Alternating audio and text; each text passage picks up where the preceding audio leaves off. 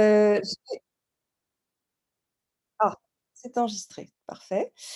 Alors, je suis donc Julie Joly, j'ai été journaliste pendant, une quinzaine d'années. J'ai 47 ans, 3 enfants et quand j'ai été journaliste, je me suis rendu compte qu'il y avait sans doute des difficultés, pour certains journalistes à embrasser un ensemble d'innovations techniques. Donc je me suis intéressée à la formation des journalistes et j'ai rejoint le centre de formation des journalistes qui s'appelle le CFJ à Paris, en 2012, donc il y a bientôt, 10 ans. C'est voilà, c'est cette école, je ne sais pas si vous la connaissez un petit peu, peut-être pas si vous n'êtes pas dans le secteur des médias. C'est une école qui a été créée après-guerre et qui a la particularité d'être extrêmement pratique. C'est une école dans laquelle les étudiants rentrent à bac+3, après généralement des licences, des parcours en IEP, en prépa classique. C'est des bons élèves et avec lesquels on va travailler pendant 2 ans au niveau master pour en faire des très bons professionnels. Puisqu'à la sortie de l'école, ils sont, 97 à travailler immédiatement dans les rédactions, qui sont des endroits assez exigeants, où ça va très vite et il faut pas et voilà, il faut savoir tout de suite travailler en équipe, seul, sur des contenus parfois, difficiles et compliqués.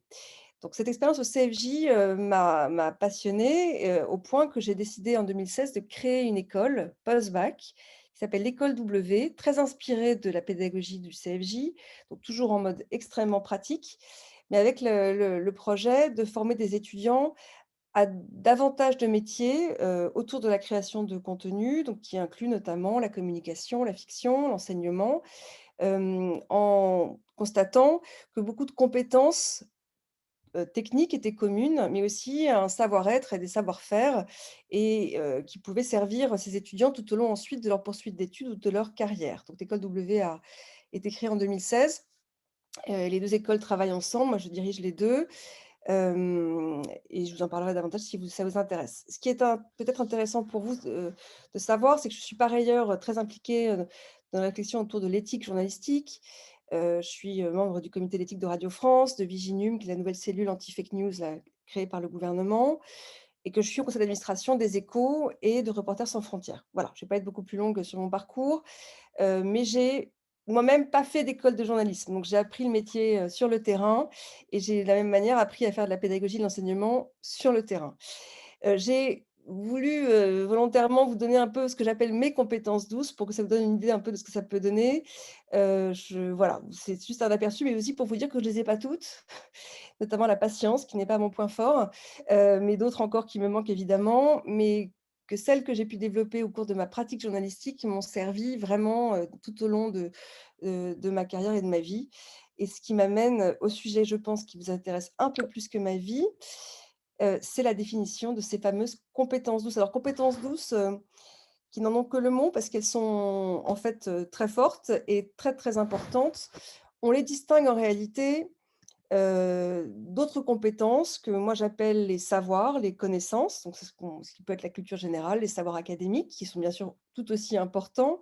On les distingue aussi des compétences dures, des savoir-faire, notamment techniques et pas forcément que techniques, scientifiques.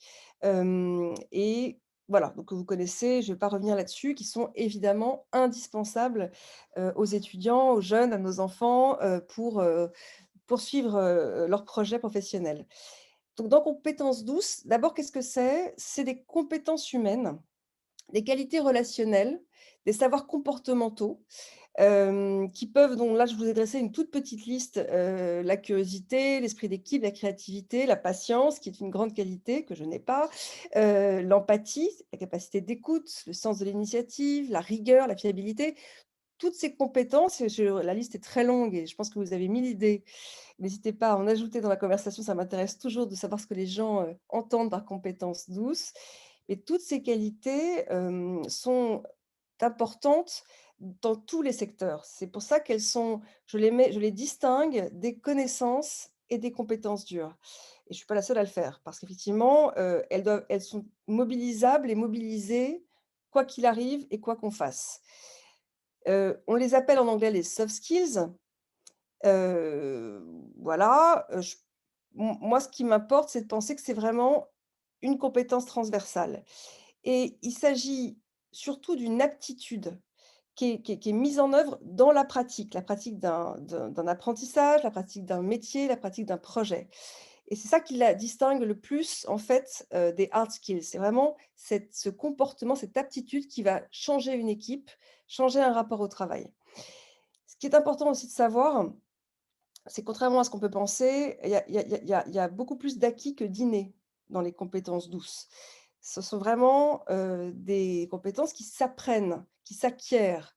Ce sont des choses que l'on il y a des techniques pour les apprendre et ça, moi, j'avoue, que je l'ai découvert, au CFJ et que j'ai découvert au CFJ que tout au long de mon métier, je les avais mises en œuvre sans le savoir. Et c'est en travaillant sur la création d'une pédagogie vraiment orientée sur ces compétences-là, que j'ai aussi découvert comment on pouvait les enseigner. Donc elles s'acquièrent et elles s'appliquent. Heu, à la différence d'une compétence académique. Il est très important de connaître la carte du monde, les institutions. On vous demandera pas toujours de les appliquer, c'est vraiment de la culture générale. Alors que les compétences douces, vous aurez l'occasion, l'opportunité et même le devoir, de plus en plus souvent, de les appliquer au quotidien.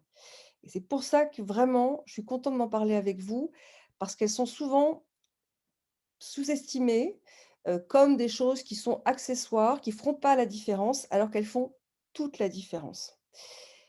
Je vous donne un exemple, par ex moi qui me touche particulièrement dans mon métier de journaliste, mais aussi dans mon métier d'enseignante, l'exemple de l'éthique.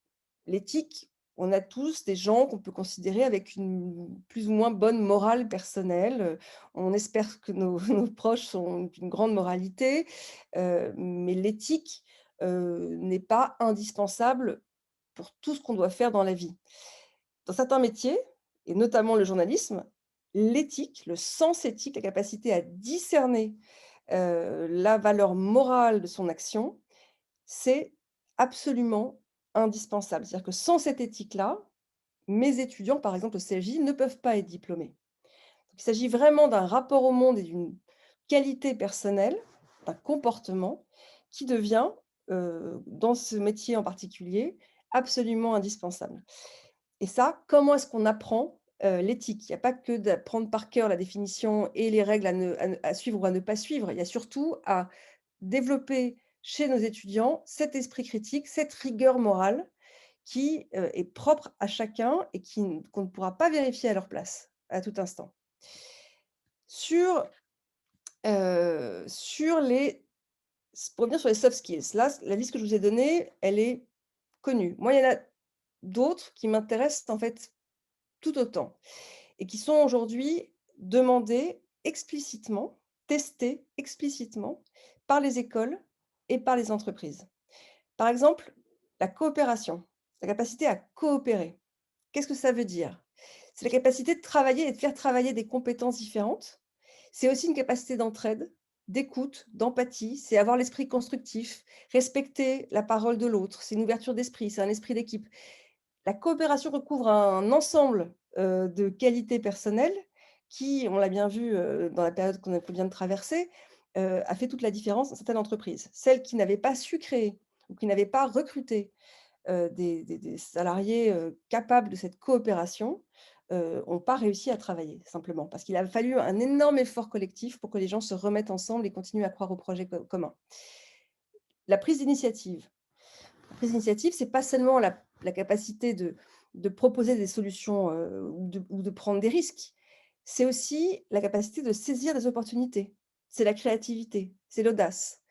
Comment est-ce qu'on apprend ça? Comment est-ce qu'on le cultive? On n'a pas tous, dans notre, enfance, notre environnement, des gens qui ont confiance en eux ou qui nous font confiance. L'autonomie. L'autonomie, c'est moi je le vois bien, c'est beaucoup plus facile d'être autonome quand on est plus mature, quand on est plus âgé. Comment on rend un jeune élève, un élève isolé, autonome dans ses choix, mature avant l'âge? Comment est-ce qu'on distingue en fait cette capacité d'autonomie de, l'âge de chacun? Mais c'est aussi l'autonomie, une garantie de la fiabilité. C'est la capacité d'apprendre tout seul, d'apprendre à apprendre et on en reparlera si vous voulez. Mais ça, on voit bien que c'est culturel aussi, et que certaines sociétés mettent en avant plus ou moins l'autonomie de leur entourage ou de leurs enfants et d'autant de leurs salariés. Et bah, aujourd'hui, dans l'économie, actuelle, numérique, éclatée, à moitié en télétravail, à moitié, en présentiel, la capacité d'autonomie à dire ce qui va, ce qui ne va pas, à se mobiliser seul, à apprendre soi-même, à manipuler des outils nouveaux et à pas attendre que les choses viennent de la hiérarchie, elle a été cruciale.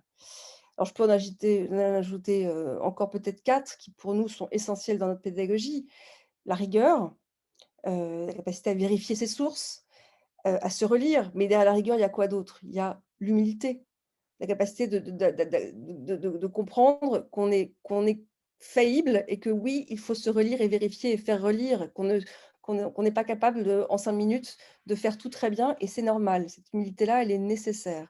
C'est aussi une capacité de travail, revenir sur ce qu'on a fait, de concentration et d'esprit critique. On ne peut pas être rigoureux si on n'a pas d'esprit critique sur soi et sur ce qu'on lit et sur ce qu'on voit.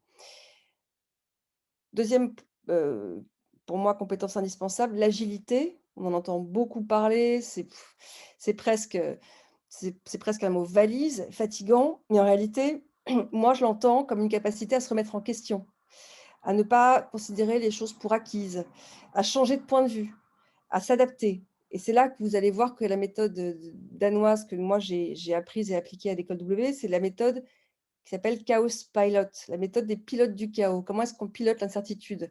Comment est-ce qu'on s'en sort quand tout change du jour au lendemain? Bah, encore une fois, la crise Covid a été une merveilleuse expérience dont on est, j'espère, et c'est le cas votre cas aussi, ressorti grandi. Il a bien fallu qu'on s'adapte. Mais au quotidien, sans crise, cette agilité-là, elle peut être aussi automatique et déclenchée automatiquement quand on a été encouragé, habitué à la mobiliser.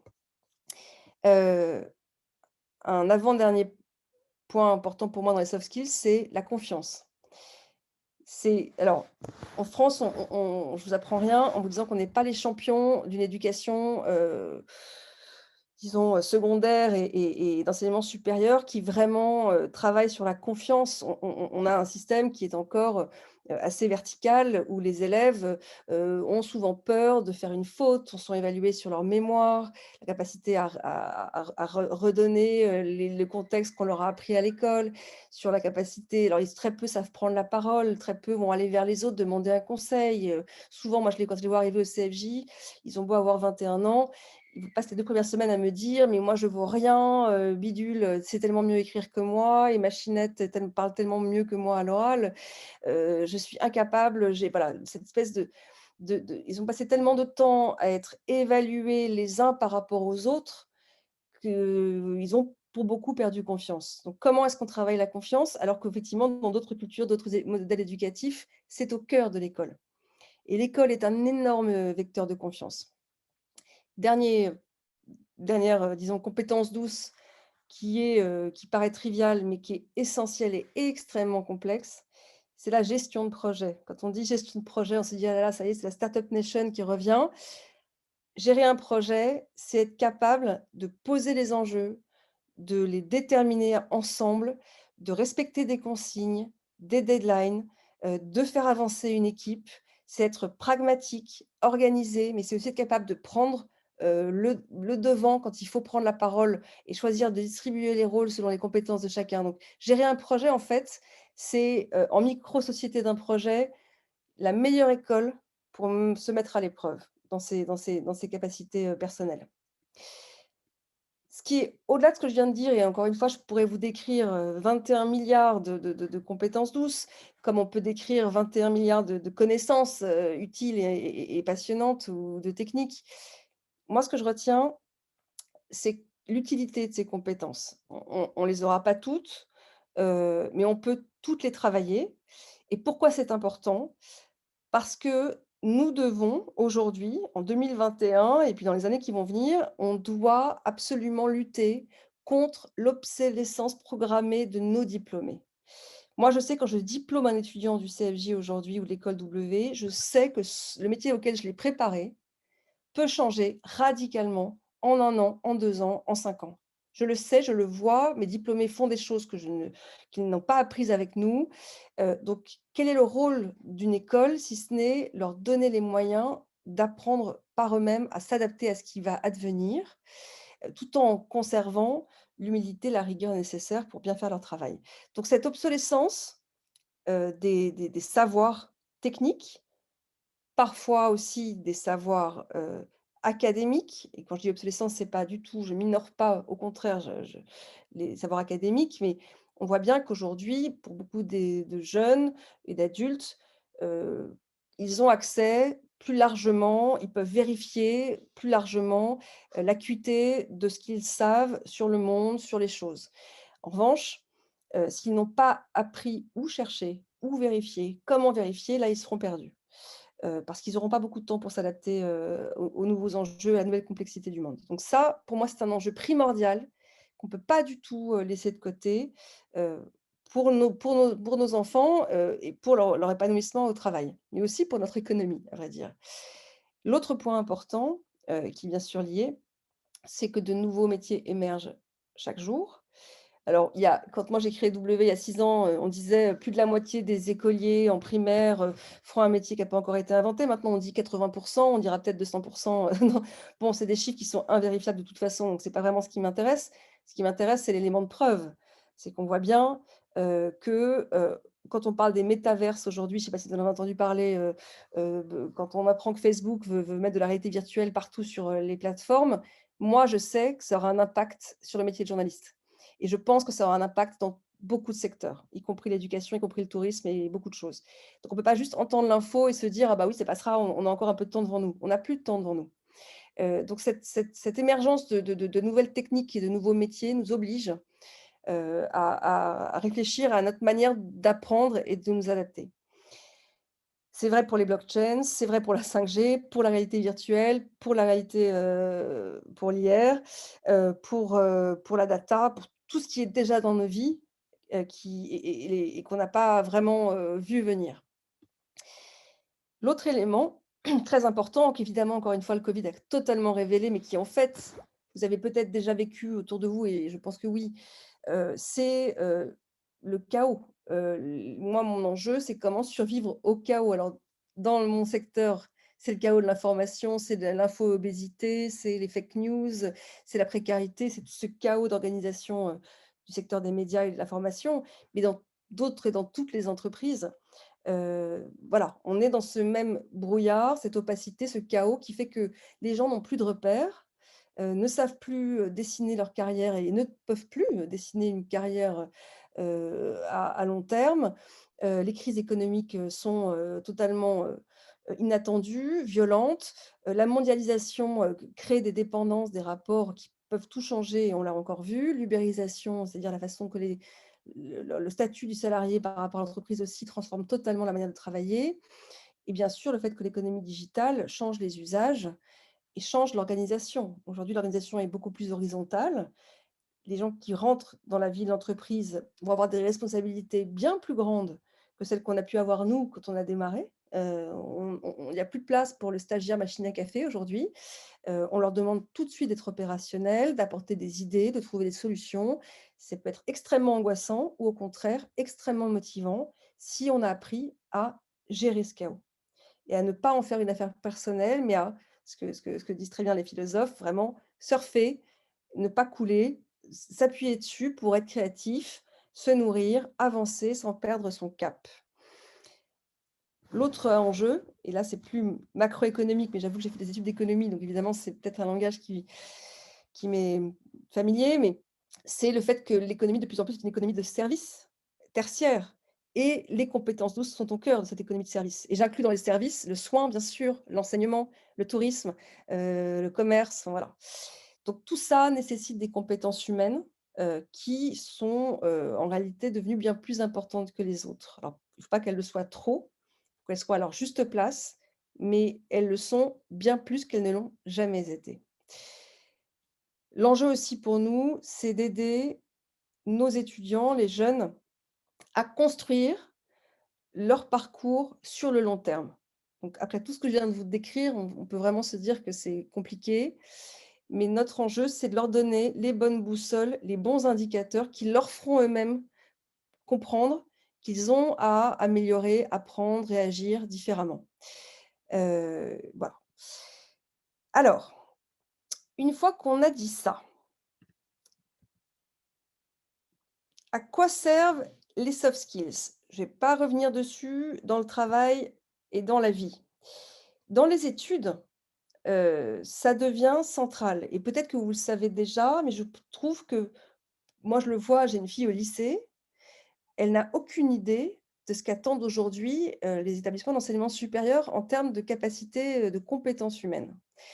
Et quand je lui dis, maintenant, tu sais, ce serait quand même pas mal que tu, aiguises ta curiosité, que tu prennes des chemins de traverse, que tu regardes un peu comment ça se passe ailleurs. C'est pas seulement parce que ça m'intéresserait qu'elle soit plus intéressante, mais c'est aussi parce que je sais qu'une fois, qu'elle sera à l'université, en prépa, en école, ou dans une préparation en apprentissage, elle va être sollicitée sans arrêt sur cette curiosité et ces choses qu'on ne lui a pas forcément apprises, puisque le programme est établi une fois pour toutes dans l'éducation nationale. Voilà, donc tout ce qu'elle doit aller chercher par elle-même est indispensable dans l'enseignement supérieur. De plus en plus, on attend de nos étudiants, on le dit, qu'ils soient acteurs de leur cursus. D'abord, ils ont à choisir des options, ils ont à choisir des stages, des projets avec qui ils vont travailler. Et ça, c'est pas vrai que dans mes écoles pratiques, hein, dans tous les types d'enseignement, mais c'est vrai aussi en entreprise. Ils auront à choisir un endroit pour aller à l'étranger et c'est plus possible aujourd'hui de se dire: «Je vais aller faire mon stage, au soleil parce que c'est sympa, je vais bien m'amuser». Non, on attend d'eux qu'ils choisissent le stage, l'endroit ou peut-être éventuellement le pays qui correspond déjà à une construction de parcours sur la durée et ça, s'ils l'ont jamais eu, s'ils l'ont jamais fait avant, s'ils ont jamais anticipé que tous les choix qu'ils faisaient devaient être mis ensuite en cohérence, et ben, ils font pour beaucoup de très mauvais choix. Et moi, je vois arriver des étudiants à bac+3 qui n'ont fait que des mauvais choix. Et je suis désolée de me dire que si quelqu'un leur avait dit, au collège, au lycée, sans que ce soit vécu comme une contrainte, plutôt comme une opportunité: «Ouvre-toi, regarde ce que tu peux faire, regarde à quel point tout ce que tu fais nourrit ta personnalité et comment ta personnalité va guider tes choix ensuite. Sois conscient de tes choix». Ce qui m'amène à faire le rapprochement entre, ce que sont les études et la vie, c'est, que la première chose que nos étudiants, que nos jeunes doivent apprendre à faire, c'est à se connaître. C'est que quand on fait des études, collège, lycée, enseignement supérieur, OK, on leur apprend à être les meilleurs dans la voie qu'ils ont choisie pour pouvoir s'offrir le maximum de portes. C'est d'ailleurs sous une pression considérable. Et je trouve et je constate que tout ce temps passé à être bon et qui est malheureusement encore, indispensable, je dis malheureusement parce que je pense qu'on pourrait le faire un peu autrement, ils ne le passent pas à penser à eux-mêmes. Et quand on leur reproche, une fois qu'ils postulent dans les écoles, le fait qu'il y ait finalement assez peu d'activités en dehors de l'école, une absence de connaissances, y compris de ce qui se passe dans leur quartier.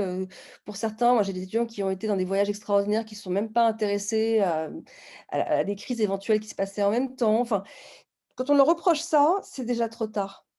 Parce que là vraiment, en fait, ce que moi je considère comme une flemme intellectuelle, malheureusement, n'en est jamais une. Ce que pour moi enfin, les symptômes a priori de cette flemme intellectuelle sont souvent les symptômes d'un enfant, d'un jeune qui en réalité était soit trop timide, et qui du coup, par timidité, par manque de confiance en lui, a pas eu le courage, l'envie d'aller vers les autres et je le comprends, a pas eu envie de prendre des risques, d'essayer des activités qu'il connaissait pas, s'est un peu replié sur lui. Et en revanche, alors que maintenant, on le sait très bien que la timidité des enfants se soigne et se soigne, je ne parle pas de médicalement, hein. C'est-à-dire qu'on sait très bien moi, j'étais une immense timide, et bah, il y a des activités, des choses, des choix qu'on vous fait faire ou qu'on vous propose qui vous soignent de ça. Et donc pour moi, cette flemme intellectuelle peut être soit le symptôme de la timidité qui a pas été soignée, malheureusement pour eux, et après elle le sera et elle peut encore l'être, hein, tout n'est pas perdu. Mais plus c'est fait tôt et mieux c'est. Soit d'une arrogance. De se dire: «J'ai besoin de rien». C'est l'un ou l'autre, c'est jamais de la flemme. C'est soit la timidité, soit l'arrogance et quand c'est de l'arrogance, ce qui est beaucoup plus grave, et ben, ils vont le payer très cher plus tard. Parce que personne ne veut travailler ni recruter quelqu'un d'arrogant. Donc dans les 2 cas, il faut vraiment prendre ça très au sérieux. L'absence de curiosité, de motivation, d'un jeune est toujours le symptôme de quelque chose de grave, enfin d'important. Quand je dis grave, je ne voudrais pas vous affoler. Donc moi, quand je me bats avec mes enfants ou avec mes étudiants, c'est parce que je prends le sujet extrêmement au sérieux et je suis pas dans l'hyperstimulation en train de me dire: «Je veux que mes enfants soient des génies». Je leur dis juste: «Quand tu ne fais pas des choses, quand tu ne t'intéresses pas aux choses, ça veut dire que tu n'as pas soigné le fond du problème. Tu n'as pas trouvé qui tu étais, tu n'as pas trouvé, ce qui te plaisait». Et donc je reviens à ce que je disais tout à l'heure, ce qui est très important pour un jeune et ce qui devient de plus en plus difficile pour eux parce que plein de raisons que je vous expliquerai, c'est de se connaître. Se connaître, ça veut dire ne jamais dire: «Ah bah, de toute façon, je suis nul en maths. Bah, ça m'intéresse pas, j'ai jamais aimé ça» ou «Dans ma famille, on n'aime pas ça» ou «On n'est pas sportif» ou «J'y connais rien, alors c'est pas la peine que j'y aille, je vais dire des bêtises» ou «Je connais déjà, donc je vais pas quand même y retourner». Ce genre de phrases, pour moi, sont symptomatiques, en réalité d'erreurs de jugement et souvent d'une erreur collective, en fait, qu'il faut absolument qu'on sur laquelle il faut absolument qu'on travaille collectivement, à l'école, dans les familles et dans les enseignements, supérieurs. Je vais vous dire même un truc peut-être qui pourrait vous intéresser. On peut croire qu'on se connaît et faire des mauvais choix. Je prends mon exemple. Moi, j'aimais lire, j'adorais lire. J'ai toujours beaucoup lu. Je me suis dit: «Ah bah tiens, l'édition, c'est génial, ça va être mon secteur». J'ai fait des stages en édition, j'ai détesté ça. C'était pas du tout ce que j'imaginais. J'aimais voyager, j'étais assez engagée. Je me suis dit: «Ah bah, l'humanitaire, c'est vraiment mon truc, je vais adorer, c'est super». Je suis partie faire un voyage humanitaire, j'étais hyper impliquée, j'étais dans une association et cetera. J'ai pas du tout aimé ça. C'est pas que j'ai pas aimé, c'est que ça ne me ressemblait pas. J'aimais comprendre, j'étais assez analytique. J'ai fait un stage dans l'analyse économique en me disant: «C'est ça qu'il faut que je fasse», un truc un peu exigeant, analytique. J'étais assistante générale dans une tour d'immeuble à La Défense, j'ai pété un plomb et c'est finalement mon meilleur ami qui m'a parlé du journalisme, auquel je n'avais jamais pensé. Jamais. Parce que j'étais pas assez curieuse pour lire la presse, pas assez curieuse pour aller, à des conférences, regarder ce qui se faisait autour de mon milieu. Dans mon milieu, il y avait pas de journalistes. Je venais de province, donc c'était pas un sujet. Je n'étais pas sortie de mon petit périmètre et heureusement qu'il me l'a dit parce que dans une rédaction, j'ai su que j'étais chez moi et pourtant je ne lisais pas la presse et je ne connaissais pas de journalisme. Donc ce que je veux dire encore, j'insiste, c'est qu'apprendre à se connaître vraiment, c'est un travail qu'il faut prendre très au sérieux et ça, moi je le dis aux étudiants toute la journée. Il faut connaître, il faut analyser ses choix, comprendre les choix qu'on fait, les choix qu'on ne fait pas, se poser ces questions-là. Il faut comprendre les amis qu'on se fait et ceux qu'on ne se fait pas. Qu'est-ce que ça veut dire de vous? Analyser ses comportements et prendre du recul et comprendre ce qui est de l'ordre, de la reproduction ou d'un truc qui est plus profond, et je parle par exemple de l'inhibition et peut-être beaucoup plus profond que la timidité. Comprendre ses addictions, si on en a, d'où elles viennent, qu'est-ce qu'elles racontent, est-ce que ça voilà, moi qui suis quelqu'un de très addictive, je me suis rendu compte que j'étais aussi très accro aussi au travail. Je suis devenue très accro à l'actualité et je suis devenue très accro à l'enseignement. C'est pas forcément grave. Si on en fait quelque chose qui devient un moteur, c'est dramatique quand ça devient une addiction évidemment aux drogues et à autre chose. Il faut comprendre ce qui nous gêne.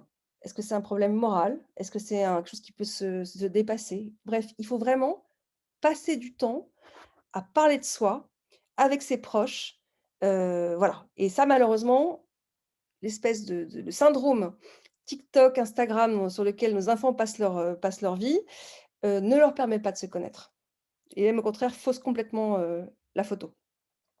Donc ça demande vraiment moi je sais que je pense que j'ai réussi à convaincre mes élèves. Pour les enfants, c'est toujours plus difficile, mais on y arrive aussi, en parlant de soi, des erreurs qu'on avait faites, des erreurs que font les autres, des erreurs que font mes autres élèves. J'ai des élèves qui viennent raconter leurs erreurs et pas je parle pas d'erreurs d'échecs. Je parle d'erreurs d'orientation personnelle, de pas s'être rendu compte, de pas avoir assez réfléchi à ce qu'ils étaient réellement et ça va parfois à contresens d'une intuition qui est très forte chez eux. C'est que beaucoup de jeunes disent: «Je veux faire un métier qui me plaît, dans lequel je m'épanouis, je veux quelque chose qui ait du sens». Ça ne veut rien dire. Ça ne veut rien dire. Ça ne veut rien dire. Il y a des gens, J'ai des tas de gens pour lesquels ça a énormément de sens de faire de la comptabilité, qui trouvent un épanouissement profond dans la rigueur, dans l'utilité sociale, dans et cetera et qui vont, s'épanouir ailleurs. Ou qui parce qu'ils font un métier utile, ça les épanouit. Il y a des gens qui font des métiers apparemment très épanouissants, dans le voyage, qui sont extrêmement malheureux parce qu'ils ne sont pas du tout à leur place. Donc attention à ce discours permanent de: «Je veux faire ce que j'aime», quand on ne sait pas qui on est. Et ça prend du temps. Ça prend du temps, mais c'est donc encore une fois, je le dis, c'est du travail. Et ce que je veux dire et c'est important de le dire à nos élèves, ils nous disent toujours: «Mais moi, de toute façon, je suis pas différent des autres, j'ai rien à raconter, je suis comme tout le monde, en fait. J'ai rien vécu, j'ai que, 13 ans, 14 ans, 18 ans, 20 ans, qu'est-ce que je peux raconter de différent?» Mais vraiment, c'est fou, je leur dis: «Mais par définition, vous êtes uniques. Par définition, il y a pas 2 humains qui se ressemblent. C'est une chance. Donc si tu vois pas tes différences, c'est que tu les as pas cherchées. Donc quelle personne tu es, il faut une vie pour se connaître, mais on ne se connaît qu'en y passant du temps, en rencontrant des gens, en écoutant ce qu'ils nous disent d'eux et de nous, en vivant des expériences qui sont a priori pas celles qu'on aurait choisies, et en écoutant les remarques, les critiques comme les compliments. Donc moi, ce que je leur dis, c'est que le chemin de progression, c'est vous qui le choisirez. Il sera jamais facile. On ne progresse pas en se faisant plaisir. Ça fait pas toujours plaisir, en fait, d'entendre ce qu'on est vraiment. Ça veut dire simplement se débarrasser de ses propres fantasmes, des fantasmes des autres, et puis, en général, de ce que des étiquettes qu'on peut coller sur la réussite. Alors on va vous dire: «Pour réussir, il faut faire telle ou telle carrière, avoir telle ou telle note». C'est pas ça la réussite. La réussite, c'est vraiment être au plus près de ce qui nous rend utile à nous-mêmes et aux autres. C'est ça. Je pense qu'on peut tous témoigner qu'on a eu le sentiment de réussir quelque chose quand on a été utile à quelqu'un ou à quelque chose. Bon, j'ai été un peu longue là-dessus, mais je pense que c'était peut-être, important, enfin, en tout cas, c'était important pour moi de vous le redire. Hem Sur les soft skills, donc ça s'apprend, je le disais rapidement tout à l'heure en introduction. Je trouve que ça s'apprend assez au primaire, par le jeu notamment et par le fait que les élèves ne sont pas encore dans des rôles, n'ont pas encore de notes. Donc là, effectivement, on voit bien que peuvent se mettre en place au primaire des réflexes de collaboration, de coopération, d'initiative et cetera, qui sont impressionnantes. Et puis au collège, au lycée, plus on progresse et plus on va vous demander des résultats qui vont, pour beaucoup, éteindre ou leur capacité à chercher la compétence personnelle ou à chercher chez eux leur moteur.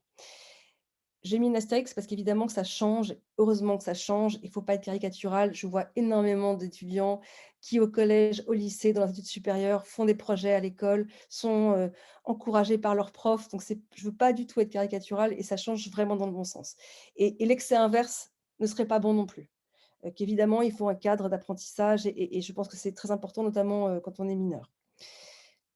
Mais là, ce que moi j'ai appris en étant dans l'enseignement supérieur, c'est que ça s'apprend et ce que je pense peut-être intéressant, si ça vous intéresse, c'est de vous apprendre comment est-ce que nous, on a travaillé sur une méthode d'apprentissage, de ces compétences personnelles. Alors on l'a pas fait tout seul, on n'a pas la science infuse. Moi, j'ai été me former au Danemark avec une école qui s'appelle Chaos Pilot et je vous encourage, alors c'est en anglais et c'est, voilà, faut être passionné par la pédagogie, mais allez voir ce qu'ils font, mais j'ai suivi des formations et surtout, j'ai demandé à mon équipe pédagogique de les faire avec moi et on a dessiné ensemble la pédagogie de l'école W à partir de ce qu'on avait appris, dans cette école, des pilotes du chaos. Puisqu'on voulait former, nous, cette génération. W s'adresse à qui? À des étudiants qui sont pas forcément scolaires, parfois très bons élèves, mais pas toujours, c'est pas un critère de recrutement, mais qui ont l'envie de participer à la narration du monde. Donc ça fait un peu pompeux, mais c'est une école de narration. Donc quand on veut raconter les choses, que ce soit pour la communication, quand on veut enseigner ou quand on veut informer, quand on veut faire de la fiction, quand on veut faire du rap ou même quand on veut danser, on raconte quelque chose et ça c'est voilà, on s'appuie là-dessus.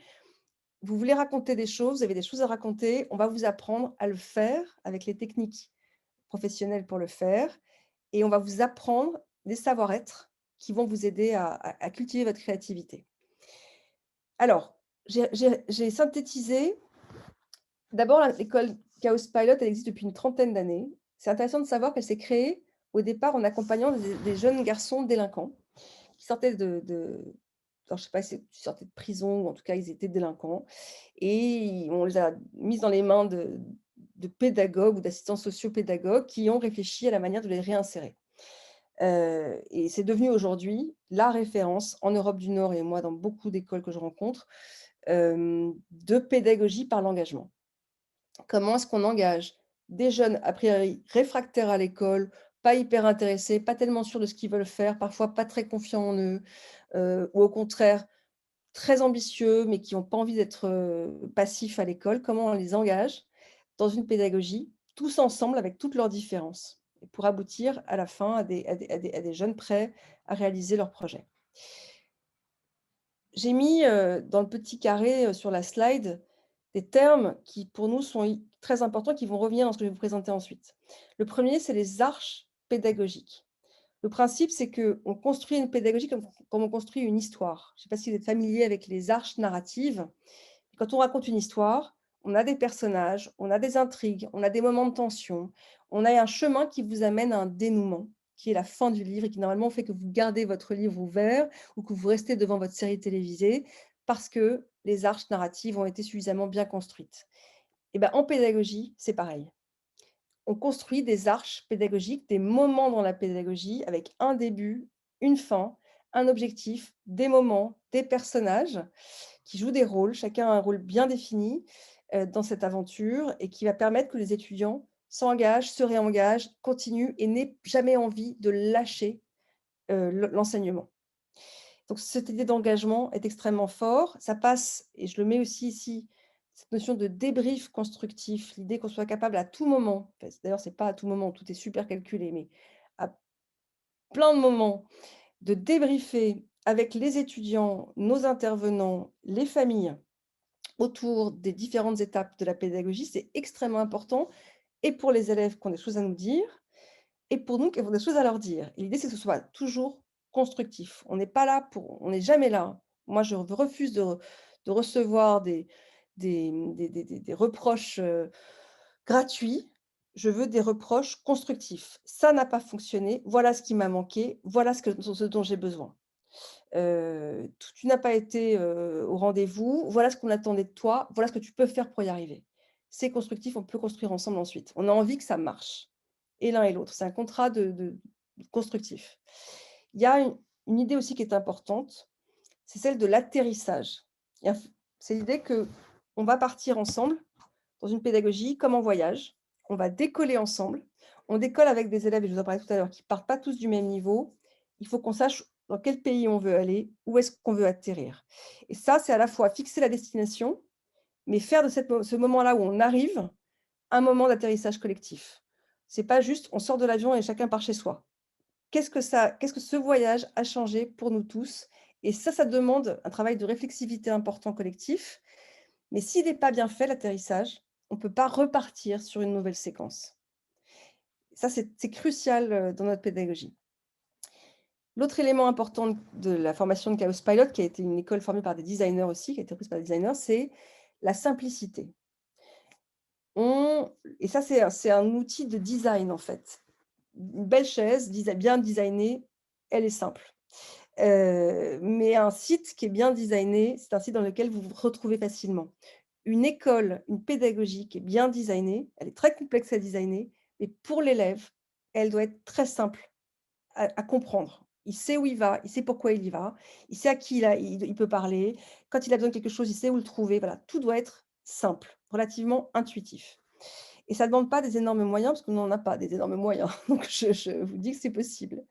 Et ça va avec l'enchaînement fluide des séquences, avec des outils qu'il faut effectivement déployer. Nous, on a fait le choix de développer nos propres outils d'évaluation, qui étaient liés à ce qu'apprenaient nos élèves.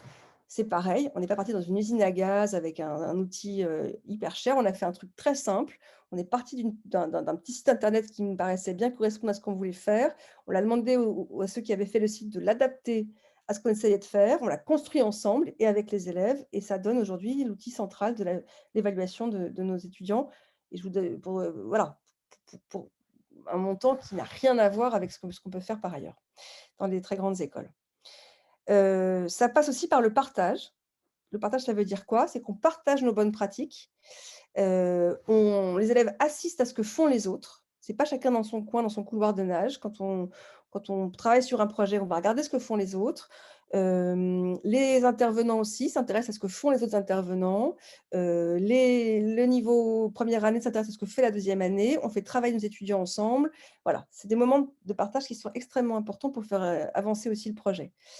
Et le point de la confiance dont j'ai parlé tout à l'heure, mais qui est au cœur du projet, c'est-à-dire que si on ne peut pas faire confiance à nos élèves, ça ne fonctionnera pas, et s'ils ne peuvent pas nous faire confiance, ça ne fonctionnera pas non plus.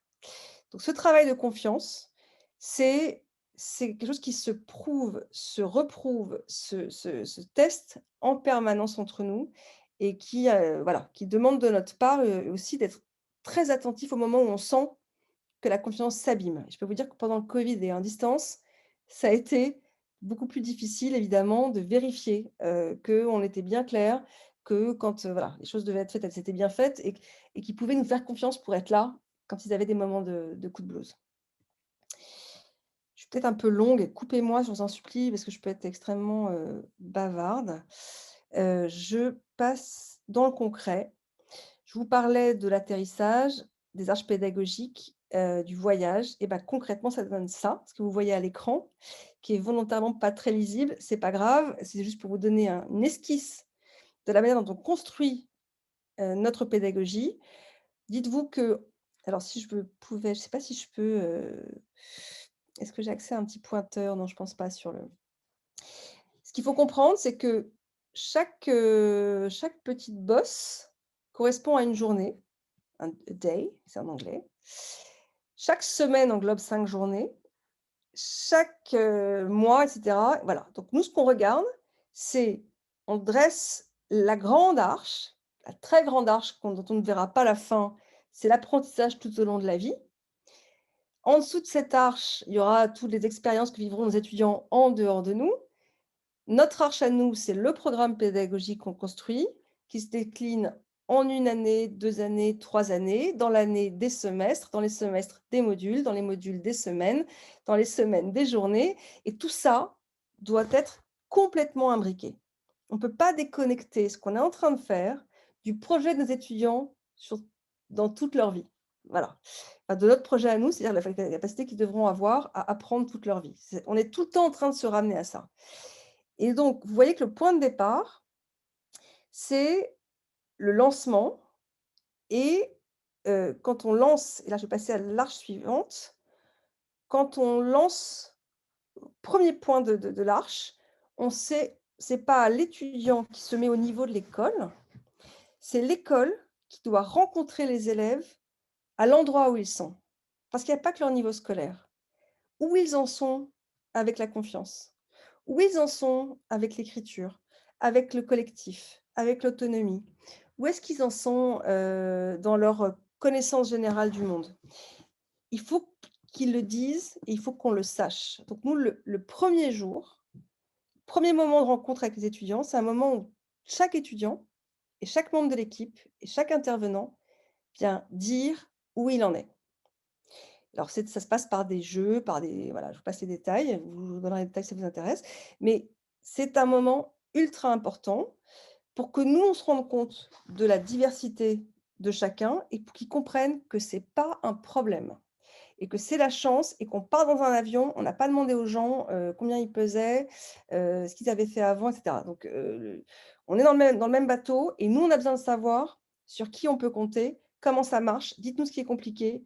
Alors, tout ne se dit pas ce jour-là, parce qu'évidemment, ils ne se connaissent pas encore très bien, mais ce qui se dit là, déjà, va être ultra important pour la suite.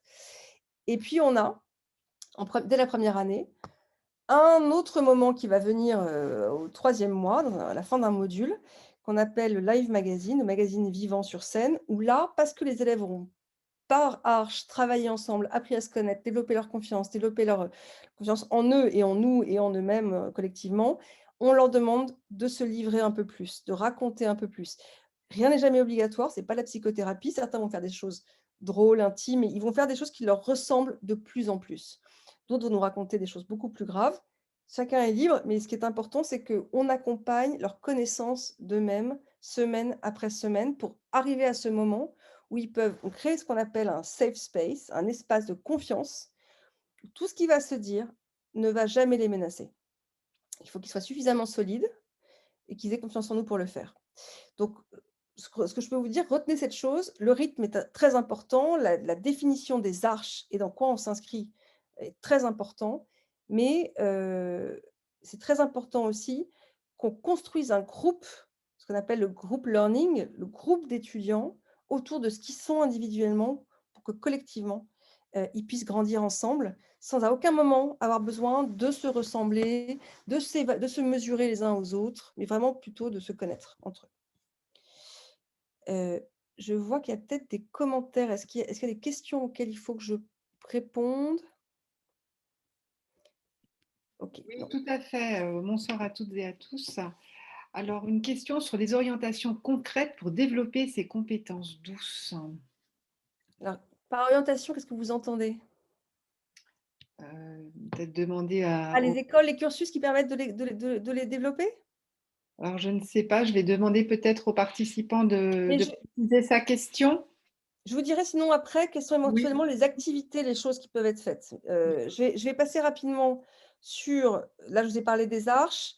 Je voudrais vous montrer, alors, est-ce qu'on a le temps pour que je vous montre 3 petites vidéos et après je vais revenir sur comment, dès maintenant, dès leur plus jeune âge, plus âgés et dans les choix de leurs études, ils peuvent concrètement travailler là-dessus. Est-ce que ça vous convient comme ça? Oui. On fait comme ça? Donc, ce que je vais vous montrer là, c'est que donc nous, quand on dit qu'on veut qu'ils travaillent l'engagement collectif, on est obligé d'inventer des formats. Donc on invente, des moments pédagogiques. Je vous montre un truc qui s'appelle le projet transversal, qui est un projet qui mobilise toute la 2e année, donc il y a une centaine d'étudiants et voilà comment ça se passe.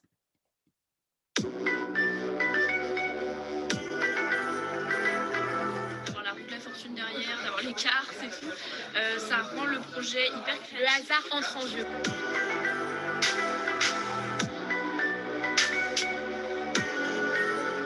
Alors, on a un objectif avec cette session de 2e année, c'est vraiment pendant 3 jours de les mettre au défi, de relever et de travailler sur un cas pratique d'entreprise avec 3 équipes qui intègrent une entreprise. Donc, ça fait 3 entreprises qui vont travailler pour une marque dans des conditions réelles et avec des challenges complètement dingues. Vous allez aller à la découverte de la marque et de l'entreprise Révillon. Chocolatier. Les valeurs d'une boîte, elles doivent absolument être incarnées par des actions, par des actes. C'est pas que du déclaratif. C'est ça. Donc, comment le market intègre cette valeur, transparence, dans son job? C'est un jeu de rôle, un jeu d'entreprise sur lequel on a décidé de faire travailler les étudiants W de 2e année et dans lequel ils doivent apprendre à agencer marketing, com et management et de voir comment ça fonctionne en entreprise quand c'est fait de façon très transversale.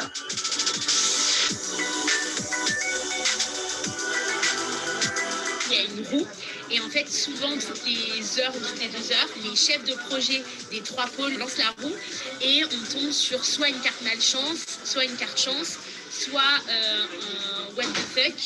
Et par exemple, nous on a tiré chance what the fuck hier et par exemple on doit se déguiser en papillote pour l'oral. Après il y a une logique derrière ça. Oui, c'est parce que si on est capable de se déguiser en papillote devant 90 personnes, on est capable après d'assumer ce qu'on est.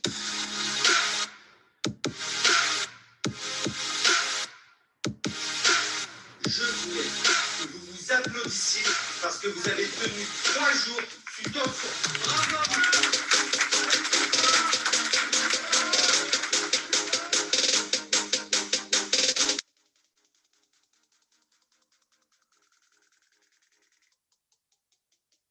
Bisous à tout le monde.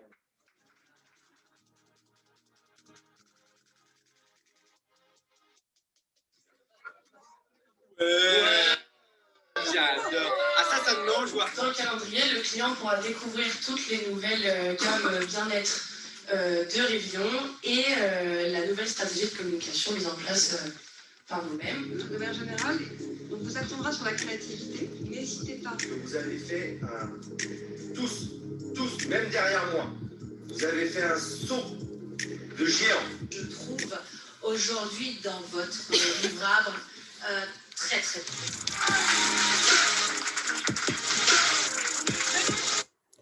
Voilà, bon, c'était juste un petit extrait pour vous. Alors là, c'est sur une session particulière de marketing. Ils ont d'autres sessions sur l'écriture, etc.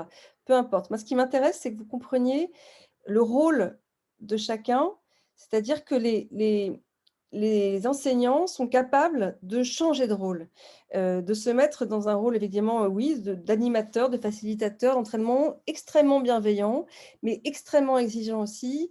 Voilà, et ça c'est quelque chose pour lesquels il faut aussi accompagner, les enseignants. C'est pas inné, c'est pas facile non plus pour eux, hein, de pas avoir peur du ridicule, de pas avoir peur de pas savoir, mais d'embarquer tout le monde dans une énergie collective.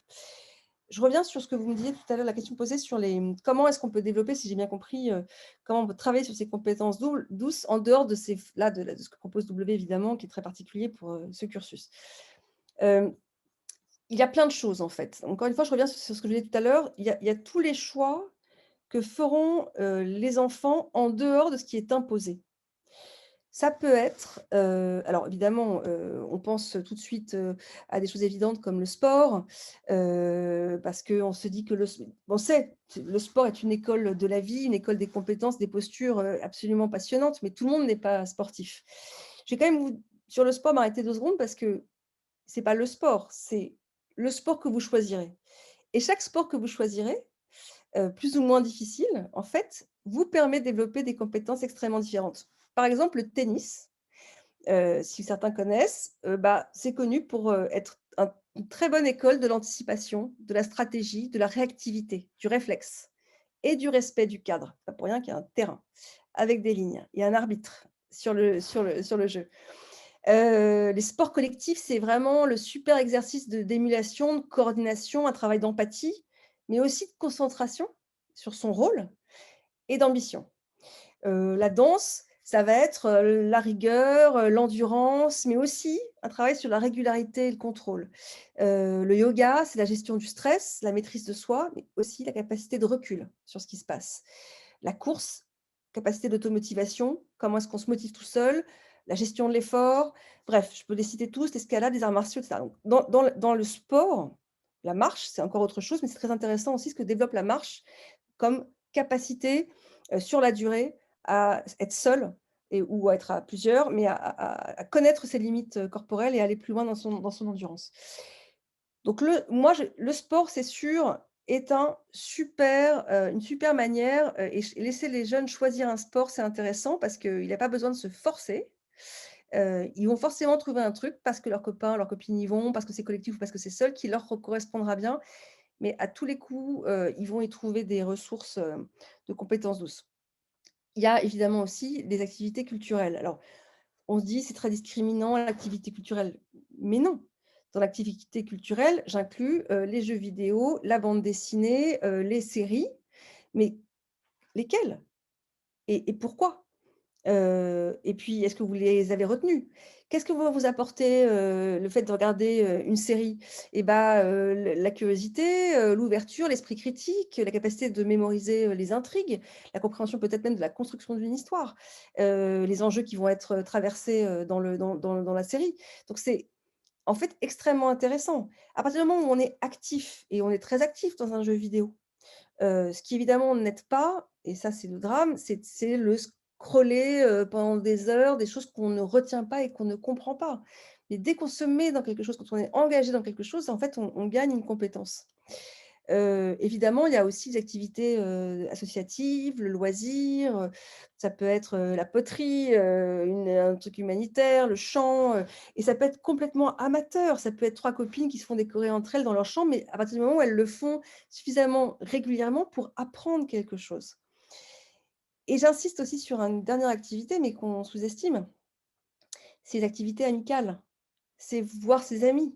Parce que ce que je vous disais tout à l'heure, c'est la meilleure manière de se connaître. C'est débattre, c'est danser. Au Danemark, chez Chaos Pilot, la danse, aller en boîte de nuit est obligatoire chaque semaine pour les élèves. C'est obligatoire.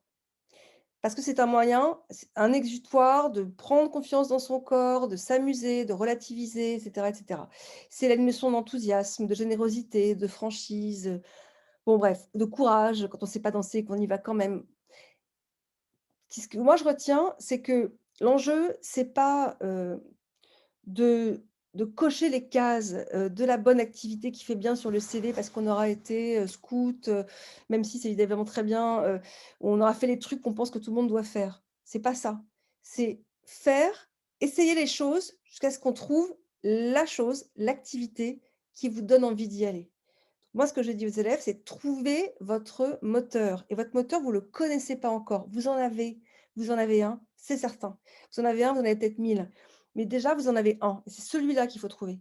Qu'est-ce qui fait que vous allez aller faire ce truc-là, sans penser que c'est une corvée, que c'est une tannée ou que c'est un travail? Et c'est ce moteur-là qui fera que vous allez ensuite pouvoir, développer, votre capacité d'apprendre, votre curiosité et aller au-delà de ce que vous êtes en train de faire. Je sais pas si j'ai été très claire, mais c'est voilà, ça c'est hors école. Je reviens sur, la pédagogie, comment la pédagogie peut être au service donc des, compétences douces. Pardon, j'ai relancé sans le vouloir la vidéo. Comment je fais pour passer? Voilà. Nous, on travaille beaucoup sur la confiance, je vous l'ai dit. Comment est-ce qu'on fait pour, donner confiance? Et on a des élèves chaque année et qui sont phobiques de l'école. On a à l'école des phobiques de l'école.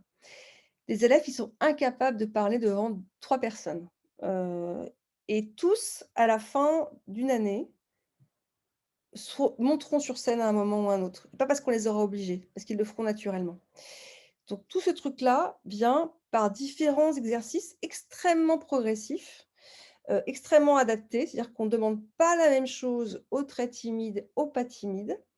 On fait très attention à ne pas brusquer, mais petit à petit, on voit émerger cette confiance qui fait qu'à un moment, la question ne se pose plus.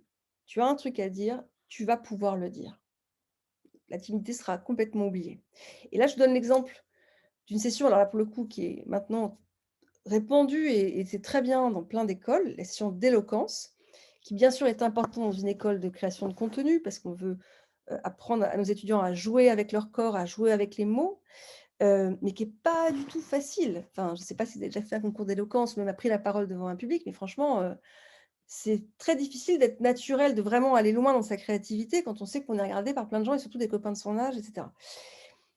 Donc on a monté cette session et je vais vous montrer comment on l'a faite pour, juste essayer d'y aller, progressivement sans que les plus mal à l'aise, se sentent jugés ou perdent pied. Je m'appelle Octave Charles-Robufic, je suis étudiant à l'école W et j'ai gagné le concours d'éloquence 2020.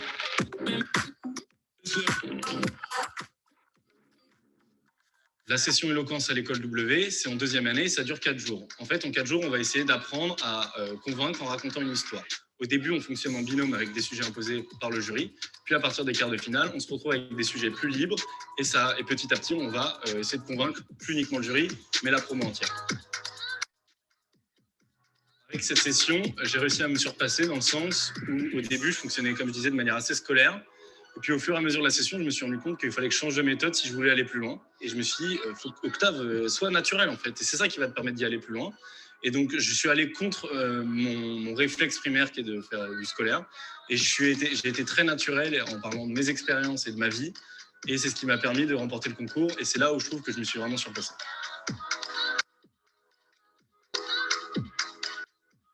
Au final, j'avais aligné 5 chaises un peu en arc de cercle sur la scène. Et en fait, il faut savoir que moi, quand je suis debout à l'oral et que j'ai rien devant moi ou que je suis pas assis, je suis pas très à l'aise, j'ai un peu les jambes qui tremblent et je pense que ça arrive à plein de gens. Et je me suis dit, pour raconter mon texte de manière pertinente et que ce soit plus impactant, je crée cette mise en scène où je vais être à l'aise et en même temps, ça va être extrêmement impactant pour l'audience qui va me voir changer de chaise à chaque fois que je vais changer de personnage. Et là, j'en ai encore des frissons d'ailleurs en le racontant aujourd'hui, mais tu te dis, en fait, c'est juste une expérience dingue, quoi. Tu passes un super bon moment à raconter des trucs extrêmement personnels ou pas d'ailleurs. En plus, t'es avec vraiment ton pote, quoi. Et tu te dis, waouh, mec, c'est dingue ce qu'on vient de réaliser. Je me suis rendu compte du coup que c'était quelque chose que j'aimais faire, que je savais faire, mais que j'avais jamais fait. Je me rappelle de ce moment où la finale, où j'écris en fait mon texte pendant les 2 heures qui précèdent. Et je commence à écrire des vers en faisant parler un de mes potes. C'est-à-dire que pendant 3 lignes, je faisais 4 syllabes et comme si en fait c'était quasiment de la musique. Bon, donc ça, effectivement, bon, c'est version raccourcie, mais ça vous dit un peu le chemin de progression et encore une fois que si on les met pas devant ces expériences-là, ils ne le feront jamais. Ils s'en sentiront jamais capables, en fait et nous les premiers, hein. Donc ils ne le font que parce qu'ils doivent le faire et parce que tout le monde le fait, en partant de la même trouille et que c'est pas ça le sujet. C'est pas d'avoir peur parce que c'est déjà Je m'appelle normal. Octave Pardon, Charles-Robufic, je suis étudiant à excusez-moi. l'EP. J'ai un vrai problème avec mes trucs. Hop. Alors je sais pas si ça fait beaucoup de vidéos déjà. Non, dites-moi si j'arrête, il y a trop de vidéos, il y a pas assez de vidéos, qu'est-ce qui je n'arrive pas à lire les questions. Alors, il y a deux nouvelles questions. Une question sur l'école W. Demandait s'il y avait donc l'école W, c'est un campus à Paris. Est-ce qu'il existe également en Alsace? Voilà. Et si oui, est-ce que des stages sont proposés? Non, ça n'existe pas en Alsace, c'est qu'à Paris. Je vois aussi quelqu'un dit, et il a raison, effectivement, où est-ce que je veux en venir en parlant de tout ça est-ce qu'il y a des orientations concrètes pour développer les compétences douces? Est-ce que j'ai répondu à cette spectateur anonyme ou pas, en donnant des exemples d'activités ou pas? Est-ce qu'il est encore connecté? Est-ce qu'il veut réagir? Bon. Euh, et alors, le côté TEDx pour les jeunes, oui, c'est un peu ça. Mais moi, je me souviens quand j'étais au lycée, que j'étais hyper timide, on m'avait obligée de faire un truc de parole en public devant des gens. C'est le pire des trucs quand on est timide, mais en fait, c'est la seule manière d'un moment de comprendre que ça tue personne. Faut passer par c'est comme sauter dans le vide quand on a le vertige, je pense. À un moment, il faut presque le faire. Alors, est-ce qu'il y a d'autres questions? Je peux encore vous montrer un dernier exercice, mais je veux pas être trop longue et puis vous les trouverez sinon sur la chaîne YouTube de l'école et c'est peut-être aussi bien.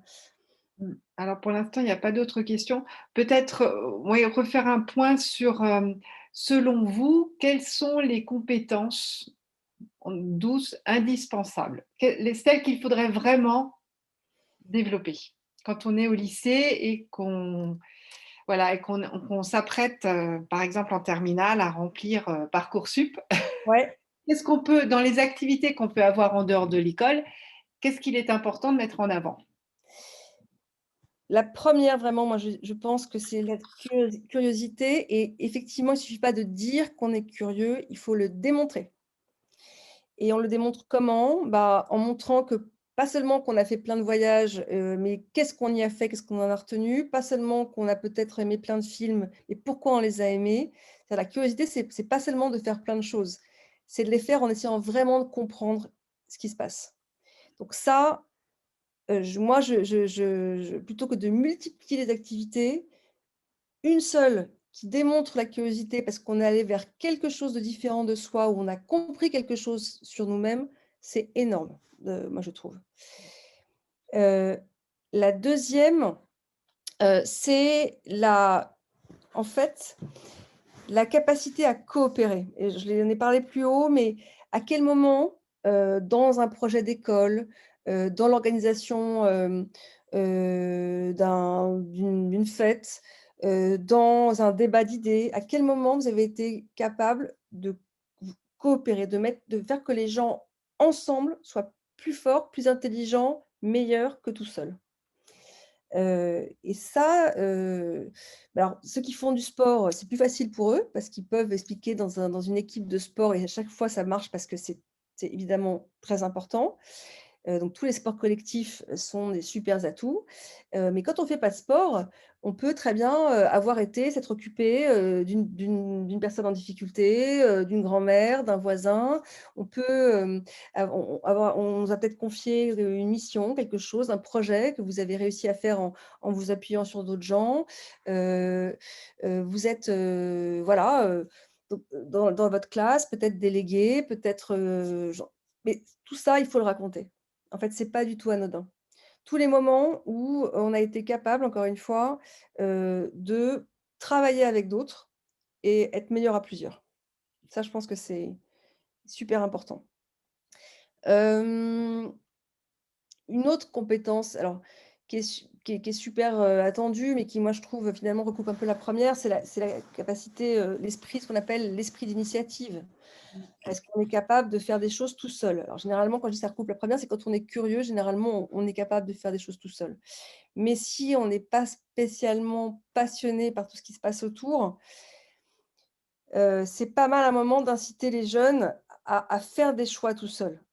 Et encore une fois, ça peut être, bah, voilà, de lui dire, bah, dans notre quartier, dans notre ville, voilà différentes propositions d'activités, vas-y, tu en choisis une et tu t'inscris et tu y vas et c'est pas moi qui vais y aller avec toi, tu vas y aller tout seul. Pas parce que tes copains y vont, pas parce que, qu'est-ce que tu vas voilà, il y a un certain nombre de programmations culturelles.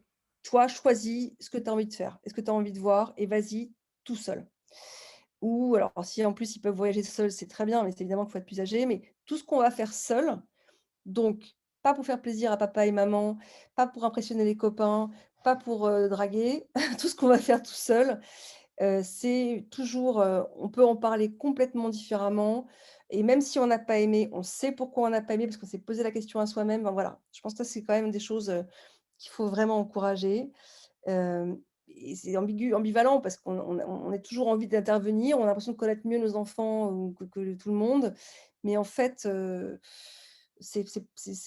voit bien que moi je le vois dans les oraux des écoles, que les jeunes racontent beaucoup mieux ce qu'ils ont fait seuls, que ce qu'ils ont fait avec les autres. Et que d'ailleurs, moi du coup, je bannis un peu des expériences, à raconter, dans les dossiers, ce qu'on a fait avec ou grâce seulement à ses proches.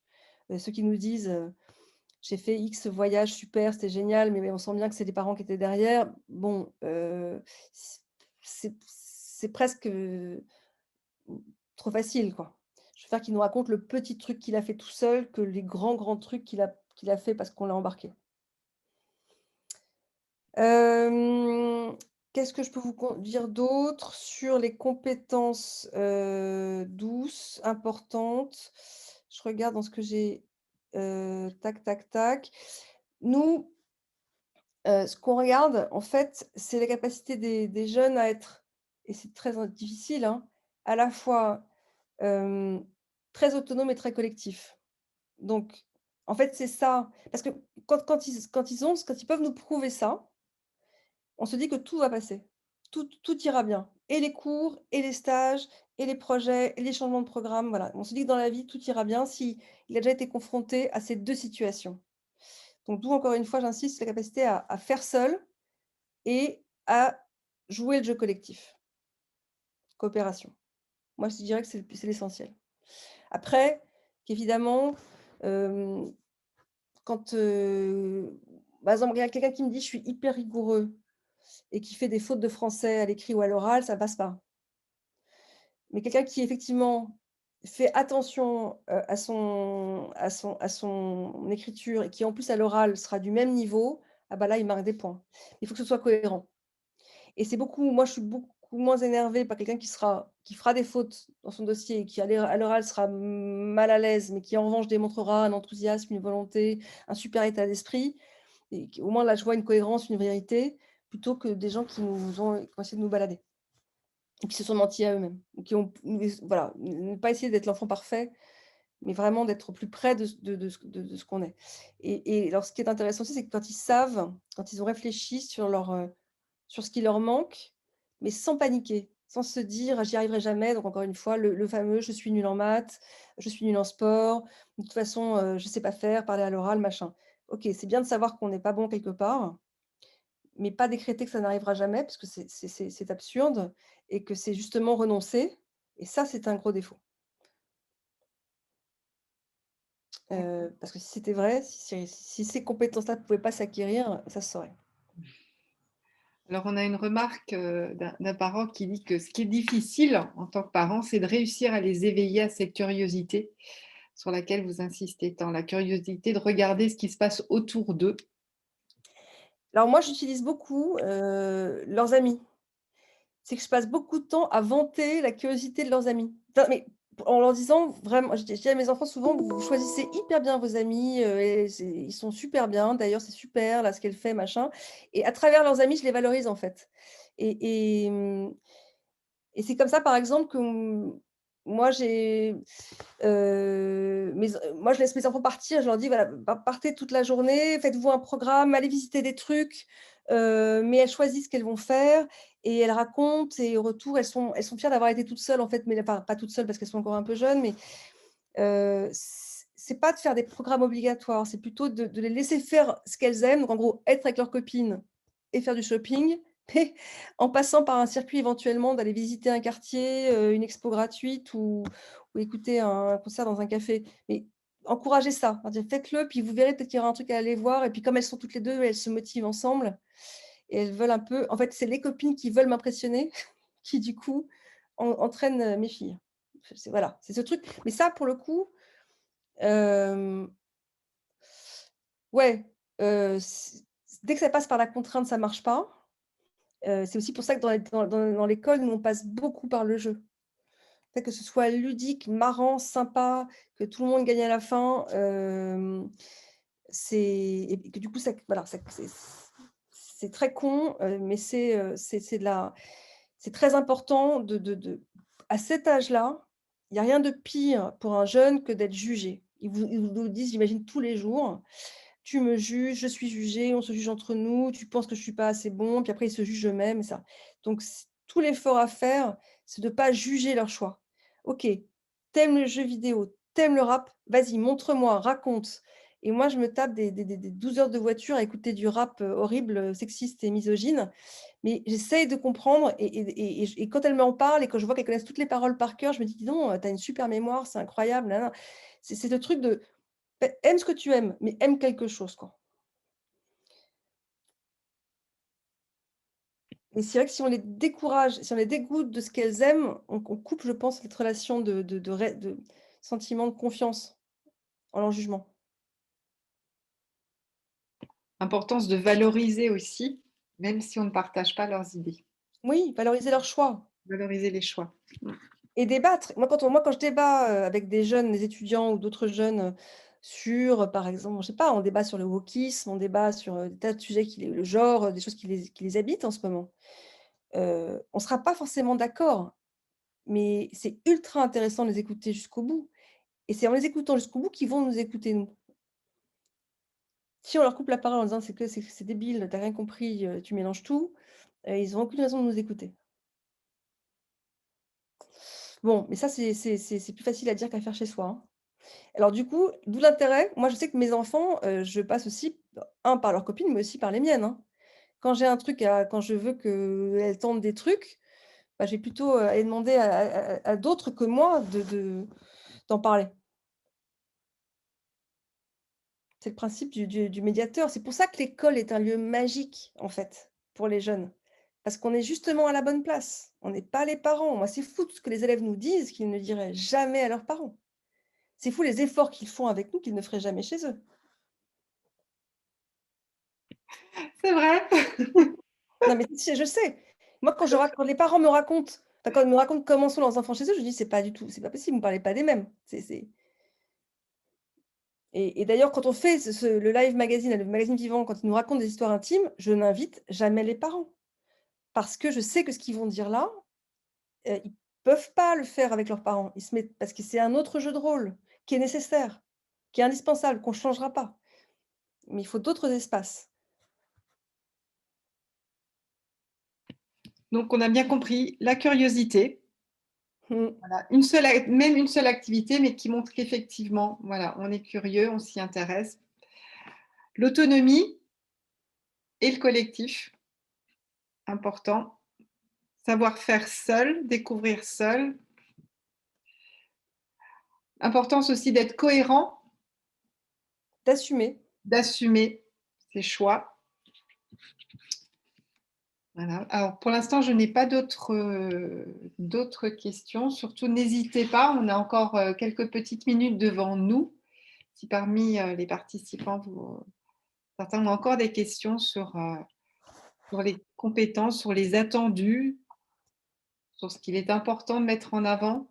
Et puis, je pense qu'il faut aussi leur dire de pas hésiter, à ces jeunes-là, à raconter ce qu'ils font, même quand c'est, pas dans notre secteur, c'est pas dans nos goûts, mais qu'ils le racontent aussi dans leur dossier, qu'ils le racontent à l'oral, qu'ils le racontent aux adultes en fait, parce ils ne savent pas, ils doutent beaucoup de notre capacité, la capacité des adultes à les, on les dépeint tellement comme des jeunes accros à leur téléphone portable, hyper influençables, qui avalent toutes les bêtises, qu'ils lisent sur internet. On les dépeint qu'on ne s on est voilà, eux-mêmes, on finit ils doutent pas forcément d'eux-mêmes. D'ailleurs, parfois, encore une fois, ils pèchent par arrogance, hein, et qu'on sont convaincus qu'on est complètement débiles et qu'ils ont tout compris, ce qui est un énorme défaut.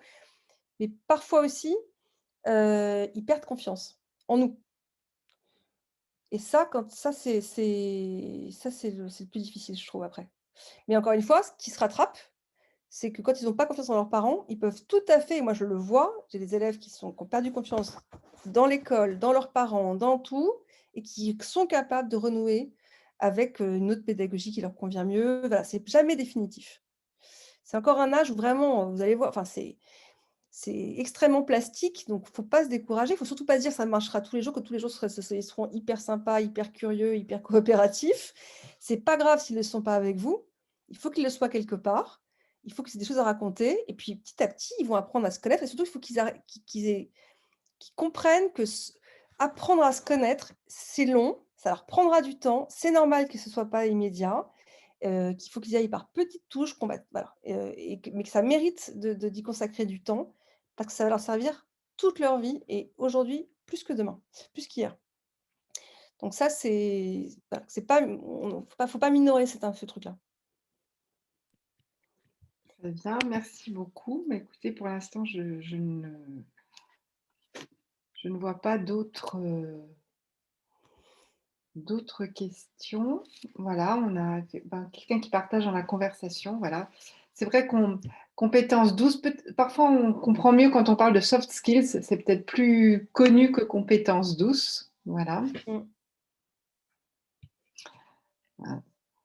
Et je voulais parler 2 secondes des nouvelles compétences douces qui ont émergé pendant le Covid. Parce que ça, c'est très important. On s'est rendu compte, pendant le Covid. Attendez, hop, j'avais noté des choses. Un truc très important, c'est l'automotivation. On a bien vu qu'il y avait ceux qui arrivaient à s'automotiver devant leur écran et ceux qui n'y arrivaient pas du tout. Et on sait bien qu'on va être confronté à d'autres moments comme ça d'où l'importance de savoir pourquoi on est là, de trouver son moteur. Mais ceux qui seront capables et c'est pour ça que, par exemple, moi, ceux qui font de la course à pied, de la marche, de la randonnée, c'est vraiment de l'automotivation. Ça, c'est hyper intéressant. Il y a, la transparence, la capacité à dire les choses, la simplicité. On s'est rendu compte que plein de gens n'ont pas réussi à dire, qu'ils n'allaient pas bien chez eux, que c'était compliqué, mentaient sur ce qu'ils faisaient ou ce qu'ils ne faisaient pas. Et ça vraiment, ça s'encourage et surtout quand on comprend que la simplicité, le rapport direct en fait, améliore tout le reste et ça pour le coup, moi je vous encourage chez vous à faire des débriefs constructifs. À dire aux enfants: «Ça c'est bien, tu as progressé là-dessus, c'est bien que tu m'en aies parlé, c'est difficile pour toi en ce moment, je m'en rends compte, mais» bref. Ça c'est un truc de pédagogie qui peut se faire, chez soi et qui vraiment, a été essentiel pendant le covid. Hem, Qu'est-ce que je m'étais noté d'autre? Donc simplicité, transparence, ça c'était les Ah! compétences La qui ont capacité émergé. aussi à hiérarchiser ses priorités. Ça, on l'a vu, hein, des gens noyés dans le télétravail qui n'arrivaient plus à prioriser entre les enfants, la cuisine, les machins, le truc, parce qu'évidemment tout arrivait en même temps. Et donc ça, certains ont su le gérer, d'autres pas et ça, c'est clair qu'il faut l'apprendre. Donc c'est pareil, bah, par exemple, moi je le fais au CFJ en apprenant aux étudiants à hiérarchiser l'information. Je leur donne par exemple, 10 sujets d'actualité et je leur dis: «Si tu devais me faire le flash info de France Info, lequel tu mettrais en premier. Qu'est-ce qui est le plus important?» Donc ça peut passer comme ça, l'exercice de hiérarchiser les choses. Si tu as, 5 minutes et une dissertation à faire, enfin bref, si tu as pardon, une soirée, ta dissert à faire, ta copine à appeler, dîner, faire du sport, comment on fait? Parce qu'il faut tout faire. Et là, on réfléchit ensemble et on essaye de tout Et ça, c'est clair, en tout cas, cette étape, cette compétence de hiérarchisation, elle va devenir cruciale avec toutes les sollicitations qu'on reçoit. La capacité aussi à gérer son stress seul, donc à décrocher, à prendre du recul. Donc là, c'est plutôt le yoga, hein, qu'autre chose, mais ça, donc certains l'ont fait par la marche, par les apéros, par tout ce qu'on veut, mais ça, il faut vraiment qu'ils sachent le faire, couper. Et puis bien sûr après, mais ça je pense que c'est quasiment pas possible pour les jeunes, mais je l'ai vu évidemment chez les adultes aussi, la capacité à bien distinguer ce qui était personnel et professionnel. Voilà, à quel moment on est concerné sur un plan personnel ou professionnel. Mais ça, je pense que faut pas demander ça à des jeunes, aujourd'hui, mais il faut en tout cas commencer à leur dire: «Attention, c'est pas toi qui es mise en cause, on ne parle pas de toi, il s'agit pas de toi, mets ça de côté» et cetera. Parce que sinon, avec cette imbrication maintenant de la vie pro et la vie perso, ça on voit bien le dégât que ça fait ensuite. Voilà, je voulais juste vous dire ça parce que c'était l'apprentissage du Covid. Important. Merci beaucoup. Mais de rien. Voilà, d'avoir partagé avec nous votre expérience, ce que vous pratiquez aussi et ce que vous avez mis en place à l'école W. La conférence donc a été enregistrée, donc on avait eu beaucoup de demandes de parents qui n'étaient pas forcément disponibles ce soir et qui, j'en suis certaine, se connecteront sur le site de l'appel académique. Donc je tenais à vous remercier d'avoir accepté l'enregistrement. Et puis, Charlotte de Bézy et Delphine Noël, qui sont donc les deux chargées de mission au service d'information et conseil aux familles, l'appel académique, ont préparé aussi une liste de ressources sur les compétences douces. Très riche. Voilà, que nous vous partagerons également, voilà, pour aller plus loin sur le sujet. Merci beaucoup à toutes et à tous. Très belle soirée. Et à bientôt. On organise donc, enfin, l'appel national organise 2 autres conférences, l'une sur l'orientation post-troisième, qui aura lieu donc le 29 novembre, et une sur Parcoursup pour tous les parents et les lycéens de terminale. Et donc ça aura lieu au mois de décembre. Vous aurez les informations via vos appels établissements. Et si vous souhaitez vous inscrire pour avoir des actualités de l'appel académique, vous vous connectez sur le site et vous pouvez vous inscrire à la newsletter et avoir donc accès aux conférences en direct. Voilà, je vous souhaite à toutes et à tous une très belle soirée. Merci beaucoup, Merci à Madame vous, Delis. merci. Au revoir. Au revoir.